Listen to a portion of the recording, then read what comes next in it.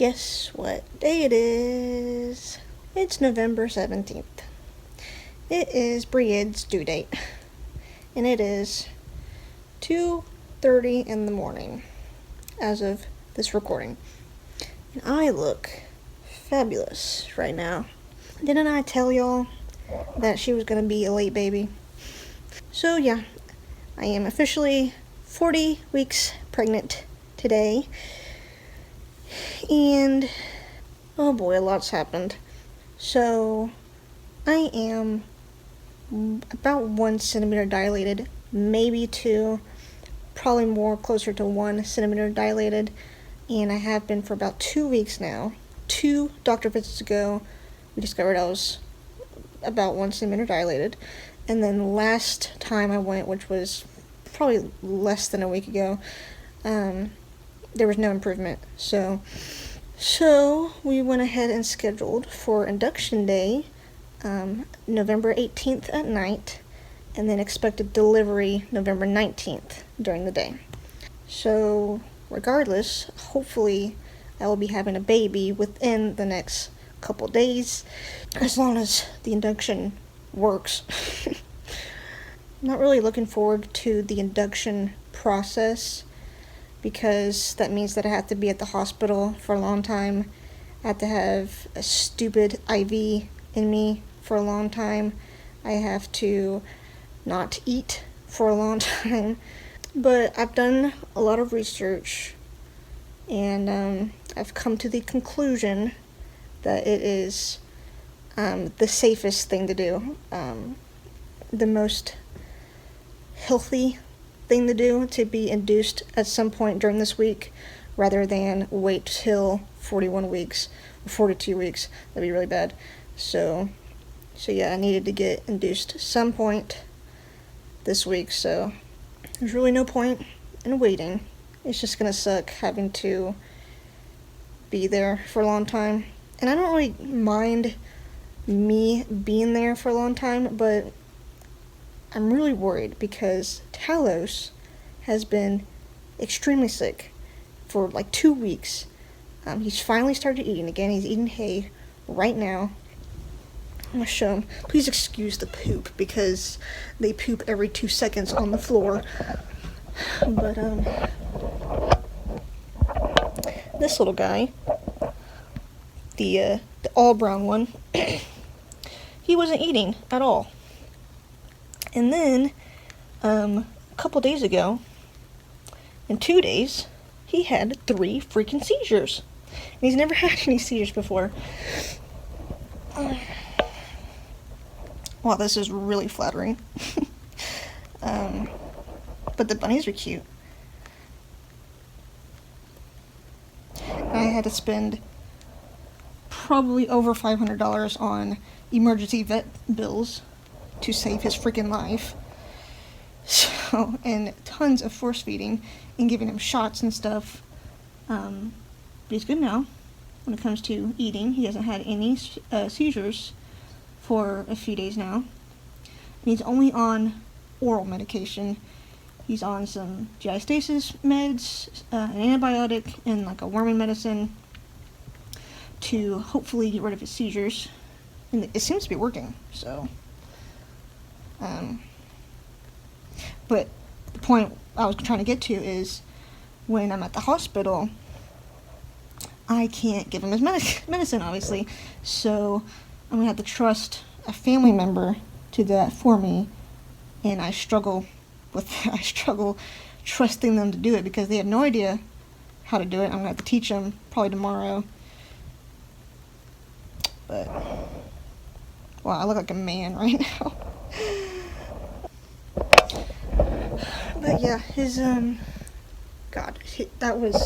past 2 weeks have been a struggle for me lately because of Talos. I literally thought he was going to die. I was crying so much. And those seizures were terrifying. So yeah, back to baby. I'm going to go ahead and just kind of pace around, because, walking's good when you're about to give birth. So I have been having Braxton Hicks. I'm assuming that they're just Braxton Hicks. Look at all of our baby stuff. That's just the baby stuff that won't fit in closets. We have 3 closets. And then Talos' force feeding table and all the critical care that I've spilt.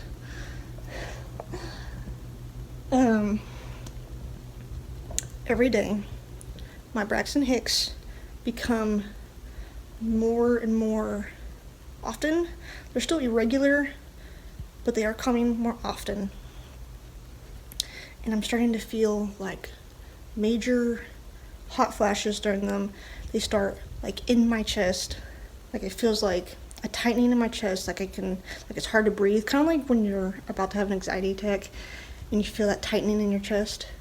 It's kind of like that physical feeling. And then it goes down to my belly. And then my belly turns into this weird square shape. It's like, normally my belly is nice and round.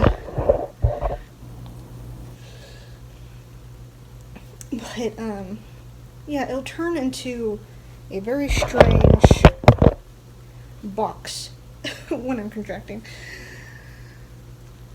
Here's my belly. Look at those stretch marks. They've gotten redder since last time I've showed you.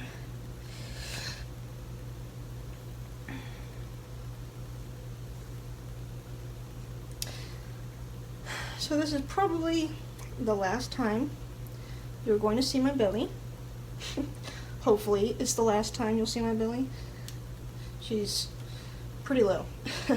She goes up and down, but right now she's pretty low. I mean, I can literally feel her head kind of moving on my cervix a little bit right now.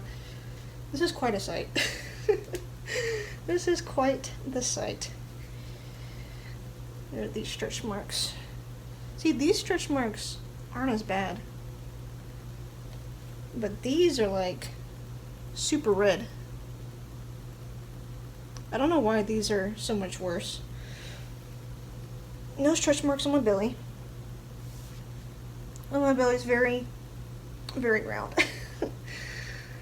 I'm still pretty thin when it comes to the rest of my body.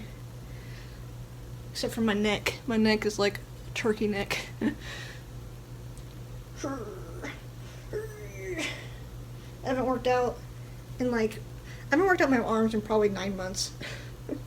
Yeah, but this is why I want to be induced in 2 days. I don't want to be birthing out a huge baby. Like I've said before, tearing is my biggest fear. I'm not even worried about contractions, not at all. Even if they're really painful, like I'm probably going to get an epidural anyway. I'm not really worried about the epidural, it's just a needle in my back. I'm more worried about an IV, to be honest. IVs are worse. Well, I've never had a needle in my back, but I would imagine it's not as bad as a freaking IV. I hate IVs. And I'm not looking forward to having an IV stuck in my hand for hours and hours and hours and hours and hours. So, that's gonna suck. And also, only being able to eat crushed ice for a while. That's gonna suck too. Oh, and we don't have to stay in this apartment for too much longer, because we have been able to rent a house in a few months, or a couple months, I don't know. The lady in the house moves out in December, but our apartment lease ends in February, so we'll figure out when exactly we're going to be moving in, but I can't wait to get a house. This apartment complex is the worst. It's not even worth $570 a month. It's absolute trash. This place is not even worth $570. Mostly because of management. Management and constant maintenance. I would love to do a whole bashing video of my apartment complex. That would be...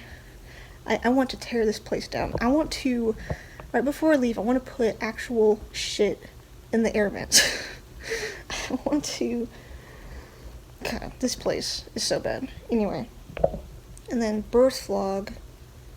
I don't know what I'm going to do about birth vlog. I don't know if I'll even have a birth vlog.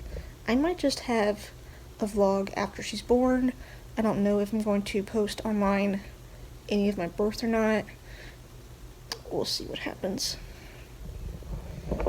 Anya, what are you doing? Why?